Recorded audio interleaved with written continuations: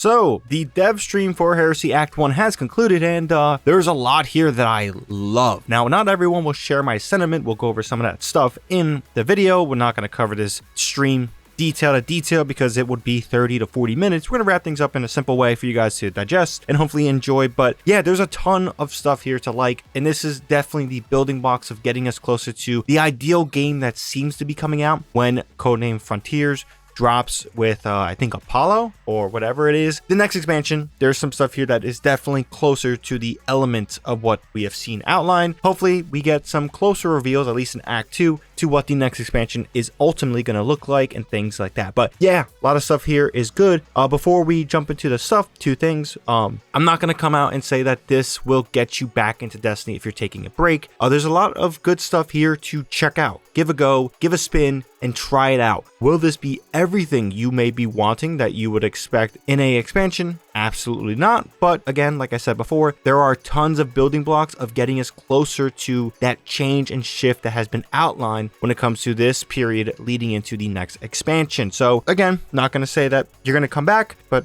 there is some stuff here that really, it may be a good time to warm myself up and then get ready for the next expansion. Another thing, tons of content is going to be on the channel when it comes to Destiny 2. Really, you're probably going to see the most Destiny content I've ever done in a span because, things are changing and we are diving a little bit more head on. So if you don't want to miss that stuff, be sure to hit that subscribe button and bell to be notified when I do drop that content. Now, with all that out the way, let's jump in and talk about some narrative stuff with Heresy. Now, a lot of stuff was not revealed, which is fine. We're going back to that weekly drop. That was something that was mentioned before. I think that's fine. Give players some reason to check in every week.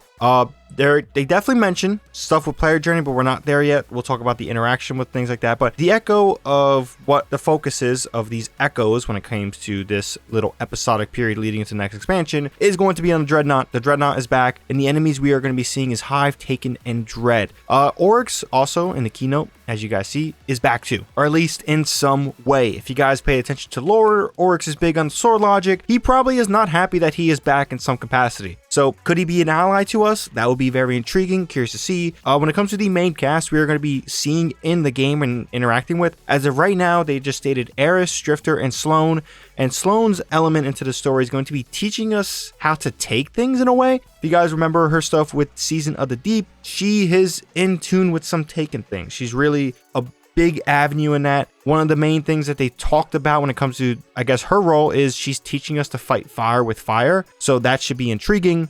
The Echo is in the possession of a Dread, specifically a Subjugator from the key art you see, which is very intriguing to see how that goes. Now, the player journey of how we interact with this narrative is going to be, as they stated, the first steps to fix the player journey. This is good. Good step in the right direction. Glad that they are at least trying to alleviate and showcase some changes. Now, it's not going to be a full-fledged overhaul like some people may have wanted in Revenant, but things seem to be changing, and as things go in game design, this is the window and the time frame from their feedback they got in Echoes to now that it does make sense to see some of these changes. So I'm curious to see how that rollout is. The main activity so far, at least in Act 1, is something called the Nether. Now, you occupy the Dreadnought. There's 3 different versions: a contest version, an expert version, or at least a normal version, and then an exploratory version. This is going to be a different form of activity, something we've somewhat never seen before. And the reason why I say that is they described it as a rogue-like activity.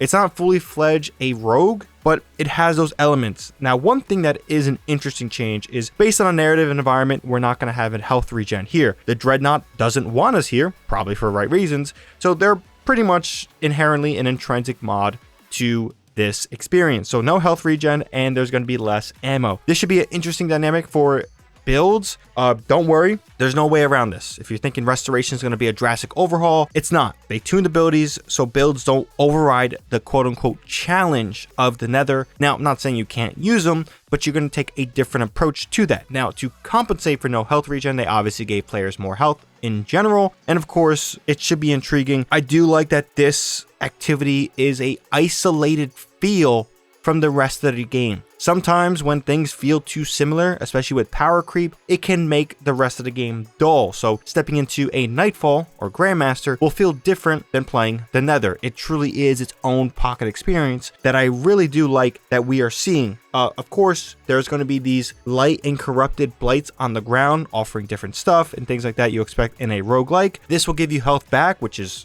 course, very nice. So in general, I'm curious to see how this activity fares for the entirety of the community. Of course, no health regen really scares some people off, I think rightfully so, but again, it's worth a shot, and I would expect Bungie to tune things around and change as necessary if they need to. Seasonal weapons. They did not imply that they're going to be craftable, so they're sticking to that, which I really like. However, one change that I think is kind of a lead into some of those different variations of tiers when it comes to legendary weapons we're going to see in the future expansion is seasonal weapons have adept versions to them, which is very intriguing.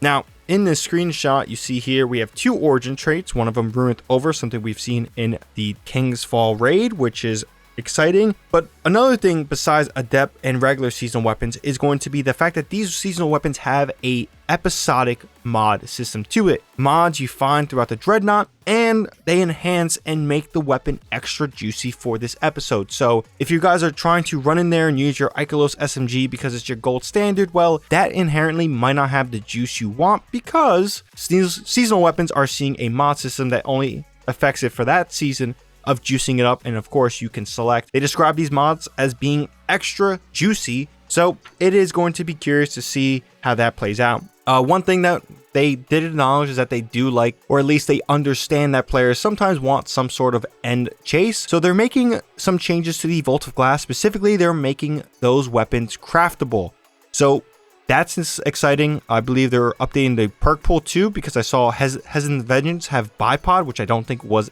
out when that dropped. I could be wrong, but I'm almost certain I am right on that. So you guys can go in there, get a craftable Fatebringer. They'll have their own origin trait, definitely a perk refresh. Something very exciting because I still don't have my Volt Mytha class or Vex Mytha class, which is a fusion rifle, and fusion rifle's getting some juice with some artifact stuff.